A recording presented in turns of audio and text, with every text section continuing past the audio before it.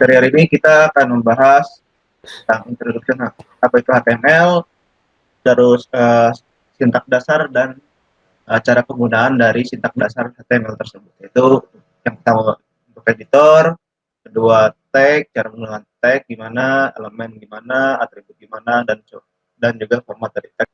Nah, pertama itu kita akan membahas tentang apa itu HTML.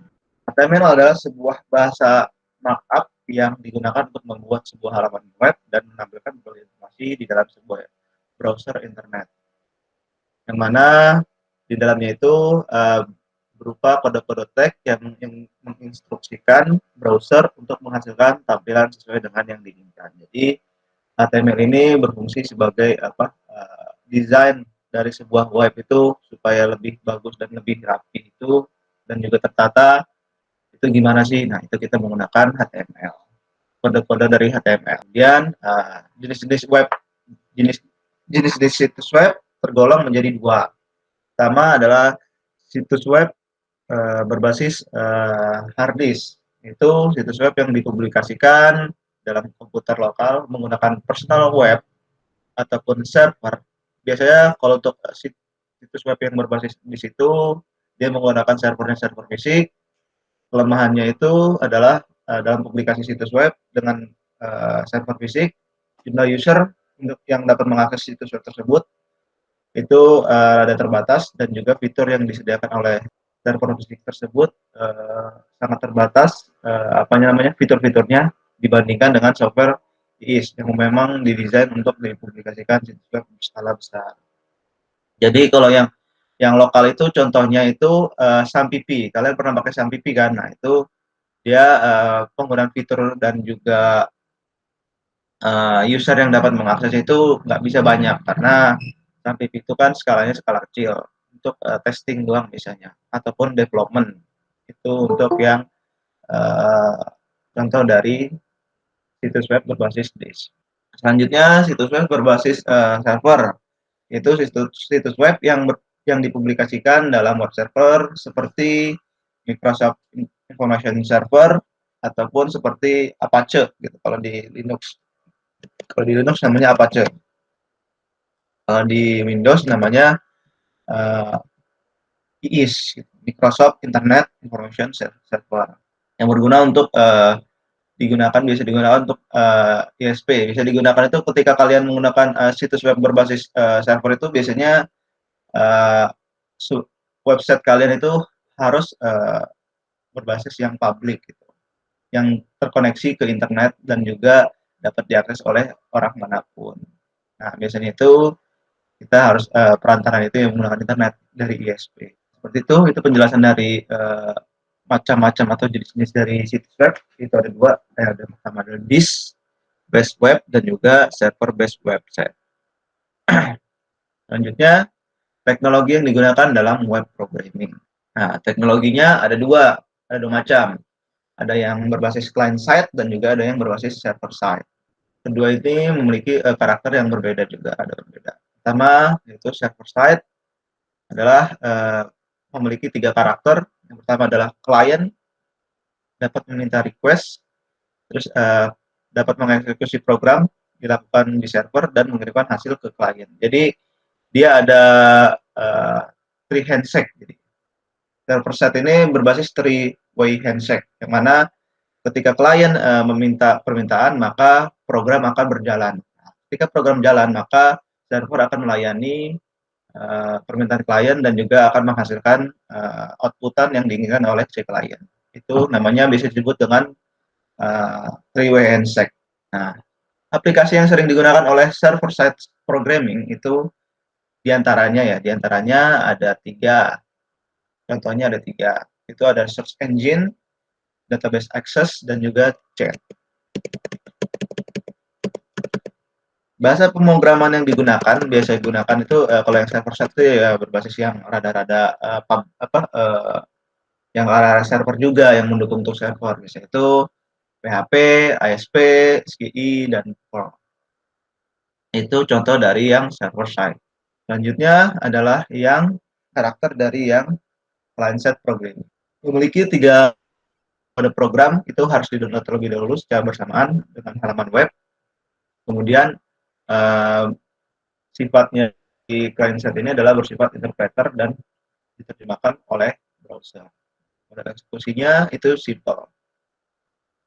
Nah, bahasa pemrograman yang digunakan oleh client side programming di antaranya adalah HTML, CSS, JavaScript, JavaScript, dan juga VBScript. Kenapa client side ini contohnya HTML, CSS, dan JavaScript? Yaitu karena package yang kita ingin pakai itu bisa di-download gitu, ataupun bisa langsung nge-redirect. Nah, ini client side namanya. Client side itu ya yang untuk interface dari website tersebut. Kalau yang server side itu biasanya untuk CRUD-nya. Oke, sampai sini ada yang ditanyakan mengenai jenis dari website, habis itu pengertian HTML, dan juga macam-macam dari CSP. Di sini ditanyakan atau kecepatan saya mengajarnya. Contoh pertama dari penggunaan HTML. Nah, ini diusahakan kalian buka ininya ya, buka apa namanya Visual Code-nya ataupun Java programming kalian ya, NetBeans kalian buka. Habis itu kalian ketikkan perintah ini. Ketika kalian mengetikkan perintah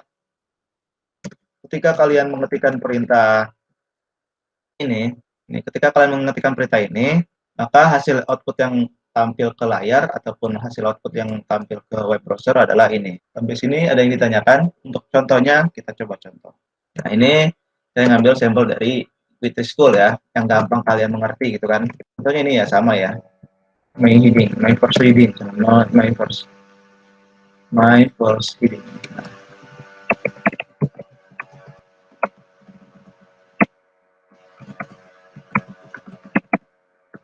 Nah, kita run untuk kerangka dari HTML. Nah, ini rada mulai. Untuk kerangka dari pembuatan client side server, pertama itu kalian harus menggunakan perintah doctype HTML. Tujuannya untuk menandai bahwa yang kalian buat itu adalah client side tadi, yaitu HTML. Formatnya apa? Dokumennya ada format dokumen HTML. Habis itu yang wajib kalian perhatikan adalah ini HTML dan HTML. Jadi kalian ketika ingin membuat suatu halaman web, maka kalian tidak boleh lupa memberikan atau memasukkan perintah HTML ini, bukan HTML dan penutupan HTML. Dan juga kalian jangan lupa untuk memasukkan head ini, untuk head itu untuk yang di sini, untuk di atas, yang ada di atas ini. Habis itu title itu page title kita judulnya apa sih gitu. Itu ntar ada kalau kalian menggunakan yang static, yang kayak SAMPP itu. Nah, title itu untuk namai dari ini nih, dari ini kalian apa namanya, head itu ya untuk membungkus si title itu. Maka ketika title sudah dijudul udah dimasukkan, maka nanti yang akan tampil adalah bukan try editor tapi page title kalau kalian menggunakan SAMPP. Bukan SAMPP menggunakan code yang disimpan di komputer kalian. Kemudian yang wajib itu adalah HTML head. Apabila head ini tujuannya untuk menampung desain kalian yang bisa berupa CSS, nah itu taruhnya di head, nggak boleh ditaruh di body. Body itu fungsinya untuk menampung code program untuk yang akan ditampilkan ke layar apapun itu ya. Contohnya di H ini sebelumnya ada stylenya dulu, maka di head yang tadi kita panggil code dari dari desain yang CSS-nya kita panggil CSS-nya di dalam H1 ini. Jadi untuk mendeklarasikan CSS itu ada di head. Untuk di body itu kita mendeklarasikan untuk semua yang akan ditampilkan ke dalam layar browser kita. Terus jangan lupa ditutup body-nya, habis itu ditutup HTML-nya. Ini adalah penggunaan sintaks dasar dari HTML. Sampai sini ada yang ditanyakan? Nggak ada, Pak. Belum, Pak. Untuk itu nanti dicoba ya. yang ada di PPT diusahakan dicoba. Tujuannya biar kalian tahu tuh gimana cara buatnya. Oke. Nah, ini penjelasannya nih, struktur dari HTML page, struktur dari halaman HTML yang tadi yang saya bilang tadi penjelasannya. Detail adalah untuk menamai dari halaman. Jadi ketika kalian running ini, maka nanti detail ini akan menamai ini nih yang tadi saya bilang, try editor versi 3.6. Sedangkan body itu untuk menampung atau membuat program yang berisikan konten-konten pada web kalian tuh mau ditampilkannya seperti apa sih, apa yang mau kalian tampilkan. Nah, sesuai dengan saya bicarakan sebelumnya, itu yang kalian tampilkan adalah my first heading dan juga my first paragraph.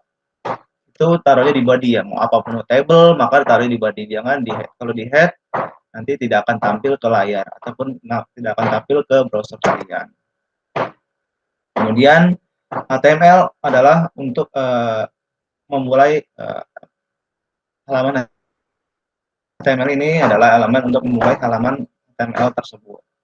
Kalau doc HTML ya untuk mendefinisikan dokumen ke dalam HTML5.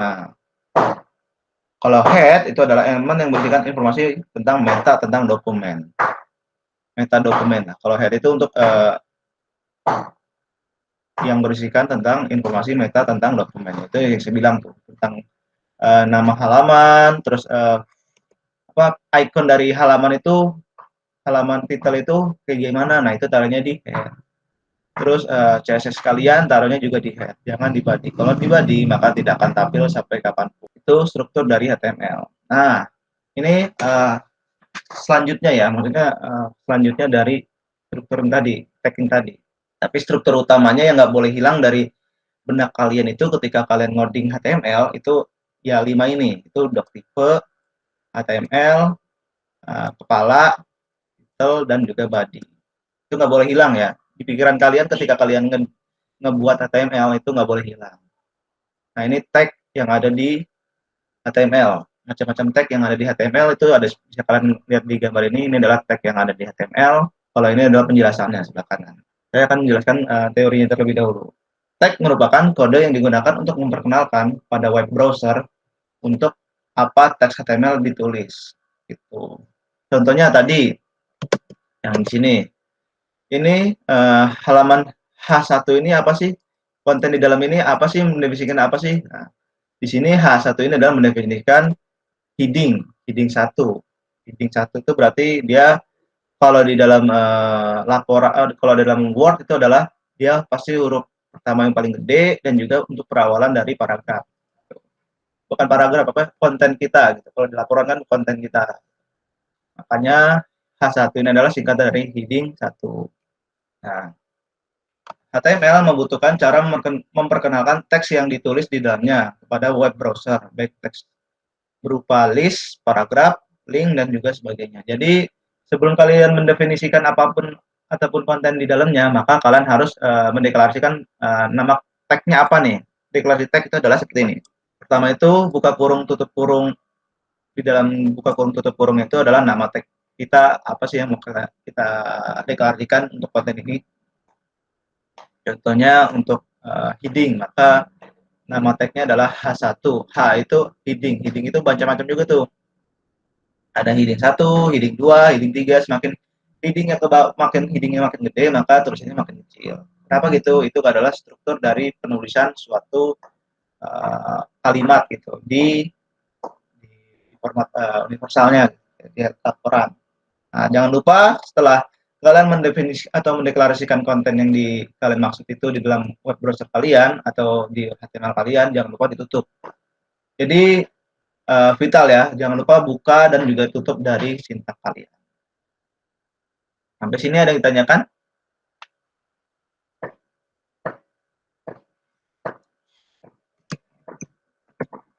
Tidak ada ya.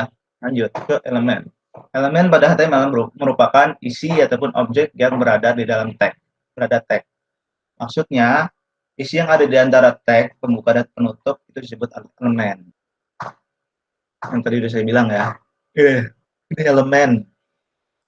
Isi dari tag itu adalah elemen. Ini elemen.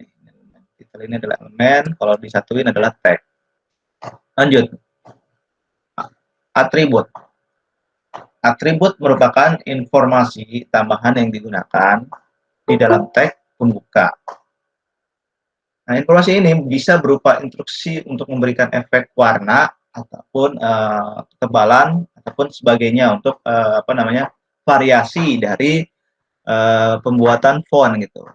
Kalau di Word kalian kan bisa tuh kalimat ini mau mau dimiringin kah atau mau ditebel kah atau mau diwarnanya di warna pink kah. Nah, itu yang untuk mendefinisikan itu di dalam HTML namanya atribut. Seperti itu. Sampai sini ada yang ditanyakan? Belum, Pak. Belum. Nah, biasanya itu atribut itu ada title, ada have, with, dan height, dan juga alt. Selanjutnya ada paragraf. Paragraf yang untuk mendefinisikan suatu kalimat kan, yang menjadikan dia jadi satu paragraf itu.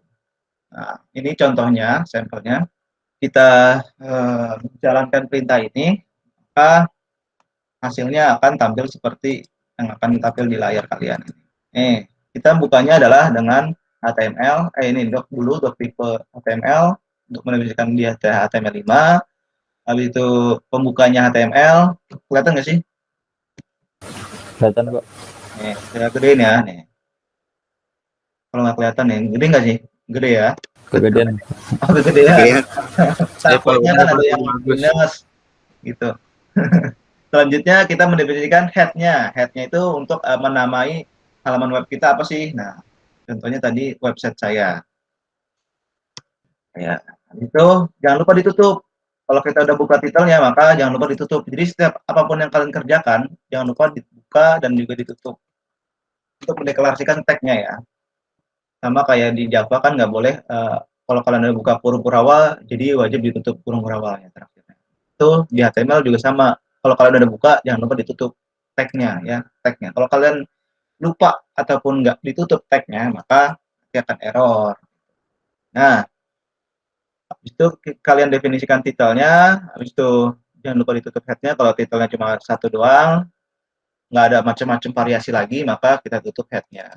Jadi untuk nampung CSS, kayak apa, font size, font apa lagi, font apa namanya, font tipe ya, font color, font tipe. Nah,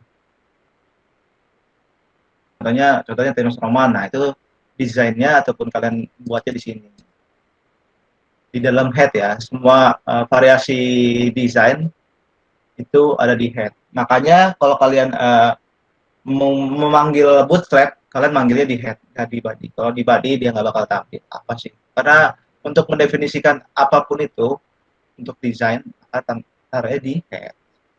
Oke, lanjut ya.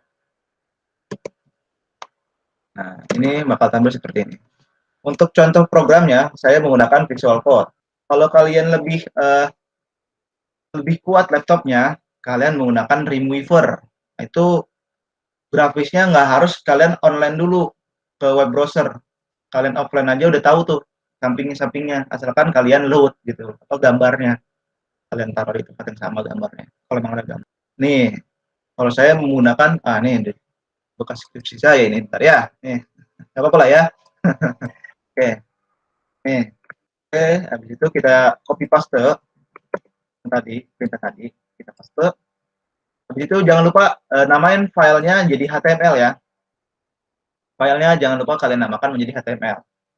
Contohnya adalah ini halaman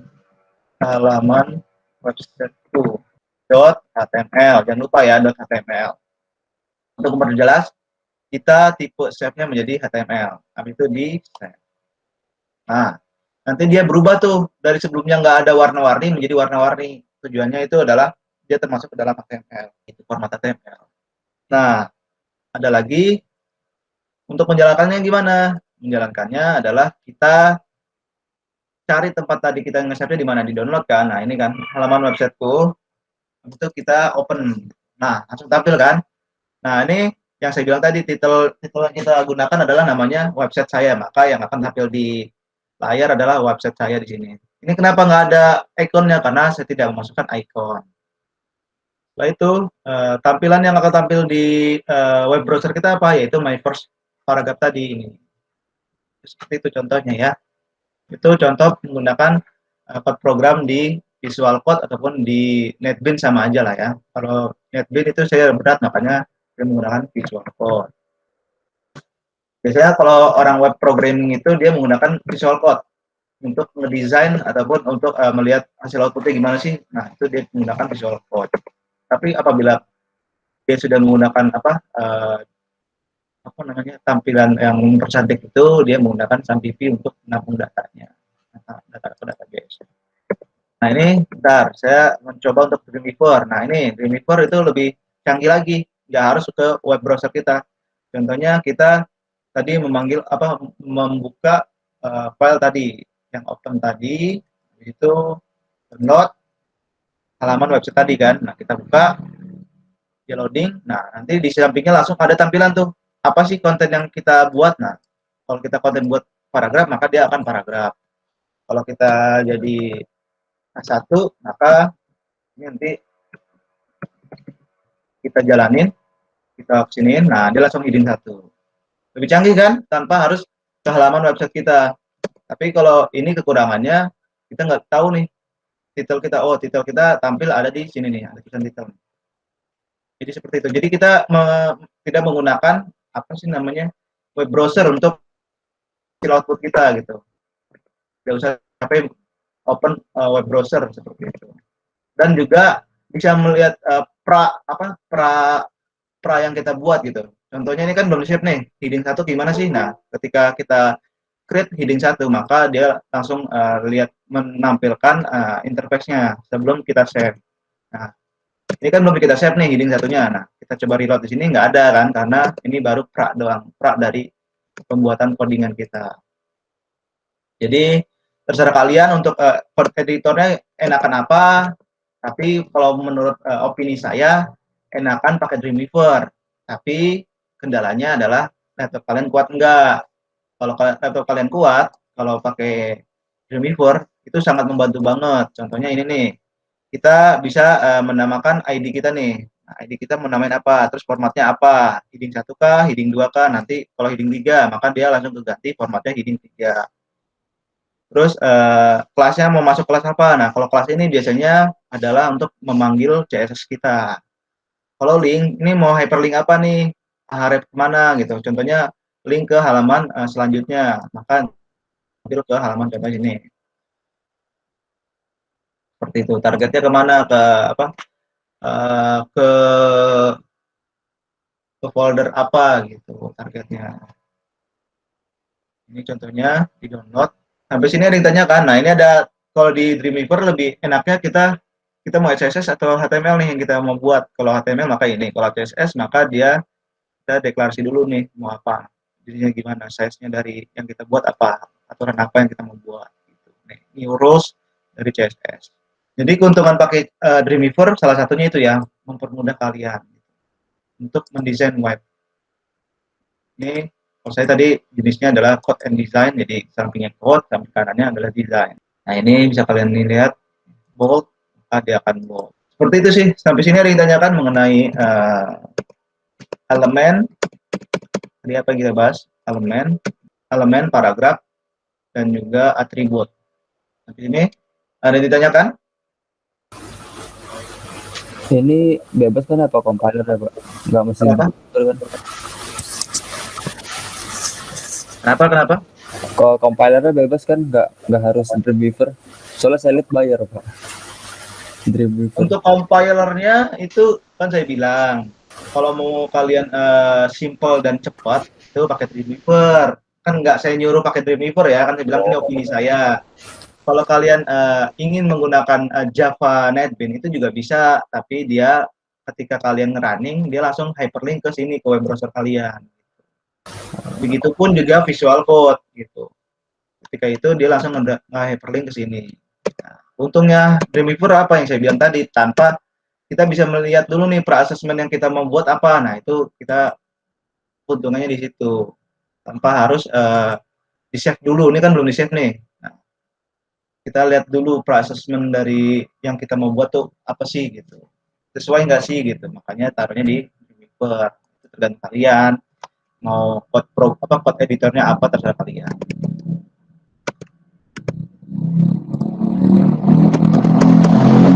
Oke, kalau tidak ada lanjut ke line break untuk memisahkan baris. Yang sebelumnya itu kalau kita membuat paragraf itu kan jenis line break itu ada yang jenisnya pakai BR, break, ada yang pakai pre. Nah ini fungsinya sama. Kalau pakai BR kita buat BR-nya ke samping-samping ke ujung-ujung jadi rada nggak rapi. Kalau pakai pre itu kita rapi, tinggal mau baris pertama itu apa. Nah, di sini adalah baris pertama adalah ocean. Baris kedua apa? Baris kedua adalah sea. Baris ketiga apa? Ocean lagi. Habis itu sea lagi. Itu keuntungannya pakai pre karena dia terurut jadinya rapi. Kalau pakainya BR kalian ke samping terus nih, walaupun ke bawah bisa tapi kelihatannya jelek karena ini BR ini bisa ke samping bisa ke bawah ya. Kalau kalian taruh ke bawah si ini adalah paragraf keduanya tetap bisa tapi kelihatannya jelek, nggak rapih kayak si pre ini. Itu adalah penjelasan dari line break atau pemisah baris gitu. Kalau di Java programming kalian kemarin adalah LN. Kalau di sini namanya LB, line break. Masih ingat kan di NetBeans kalian Java kemarin, kalau untuk mau ganti baris pakai LN. Kalau nggak mau ganti baris nggak usah, LN-nya nggak usah dipakai.